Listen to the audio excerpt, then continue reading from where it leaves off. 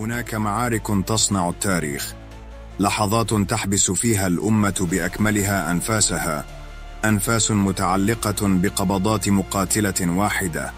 في تلك الليلة في صربيا داخل حلبة مشتعلة، كانت مغربية على وشك أن تكتب واحدة من أجمل صفحات الملاكمة: وداد برطال، اسم ومصير.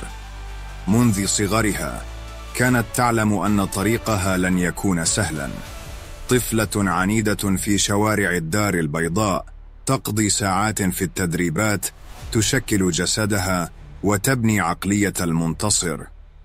كل هزيمة كانت درسا، وكل انتصار خطوة نحو المجد. في 16 مارس 2025 لم تكن مجرد رياضية، كانت أمل أمة وفخر قارة بأكملها. يبدأ النزال. أمامها خصم شرس لم يهزم منذ شهور، لكن وداد لا ترتجف، تتقدم، تراوغ، ترد بقوة. لكماتها دقيقة كالمشرط، وعيناها مليئتان بالعزيمة.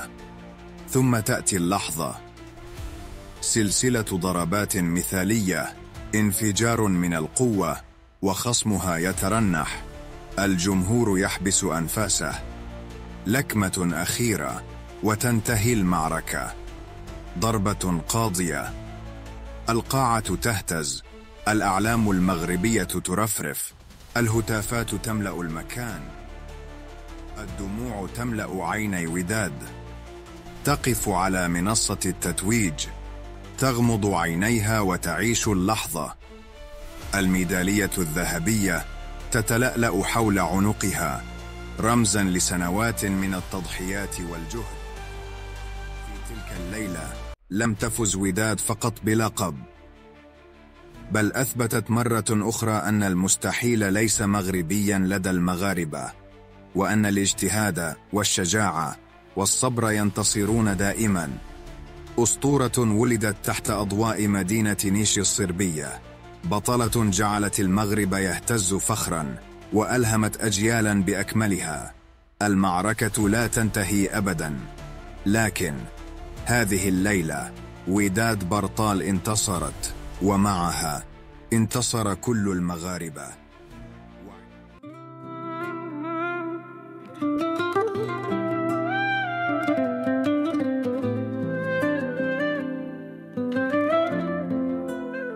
واليوم في ظل الوعود حنا على العهد نجود، راياتنا ظل الهنود، يا ويل مين اللي جالها.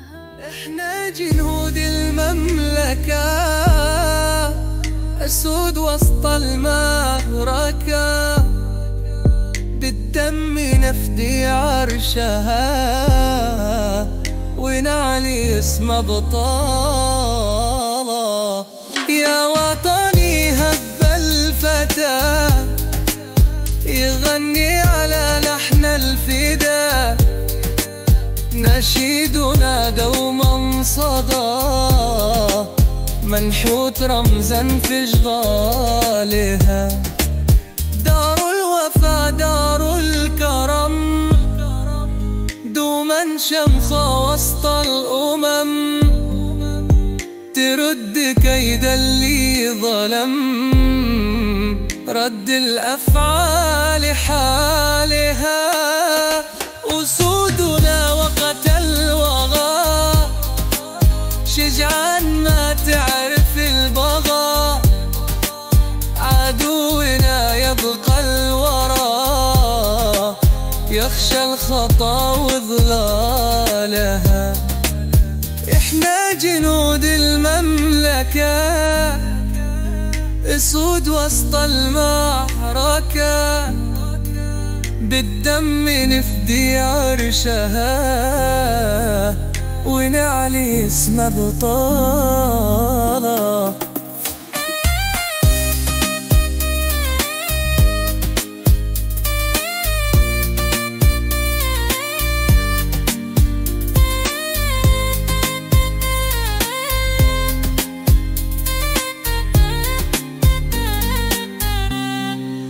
نرمي العيدان وصل الحديد، من حزمنا يبقى شهيد، ونحمي حدودك يا عتيد، جبالها ورمالها.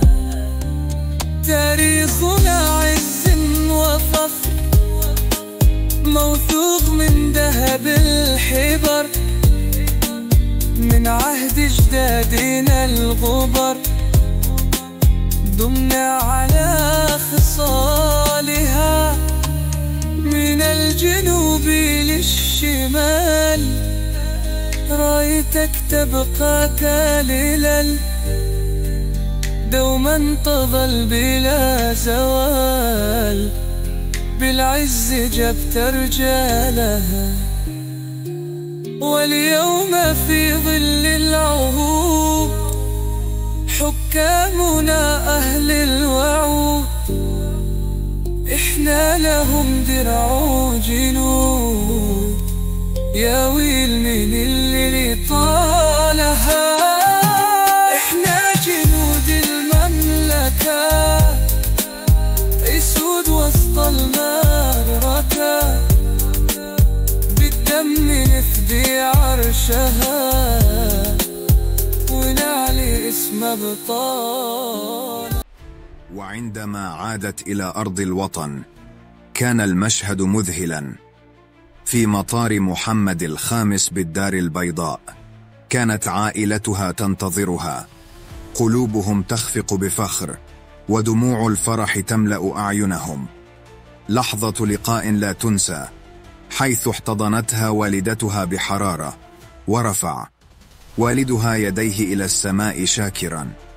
الجماهير تصفق، الإعلام يصور، والأعلام ترفرف، المغرب كله يهتف باسمها. في عينيها لم تكن هذه مجرد عودة، كانت لحظة انتصار، لحظة إلهام لأجيال قادمة. هذا هو المغرب، أرض الأبطال، أرض الرجال والنساء الذين يرفعون التحدي مهما كانت الصعاب.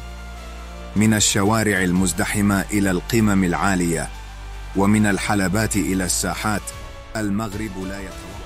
وراء كل إنجاز هناك شعب لا يعرف المستحيل، يحمل في قلبه روح التحدي والمثابرة.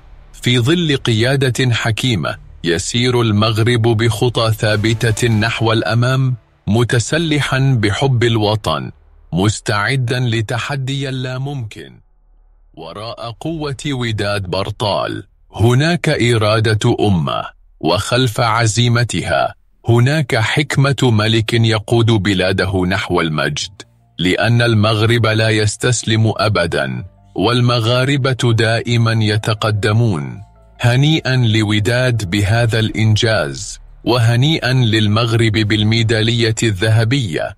الذهب للذهب، ولا زال المغرب يمتعنا ويفرحنا كعرب ومسلمين بإنجازاته الفاخرة التي لن تنتهي عبر الزمن. شكرا لوداد، وشكرا للمغرب. الله، الوطن، الملك، ديما مغرب.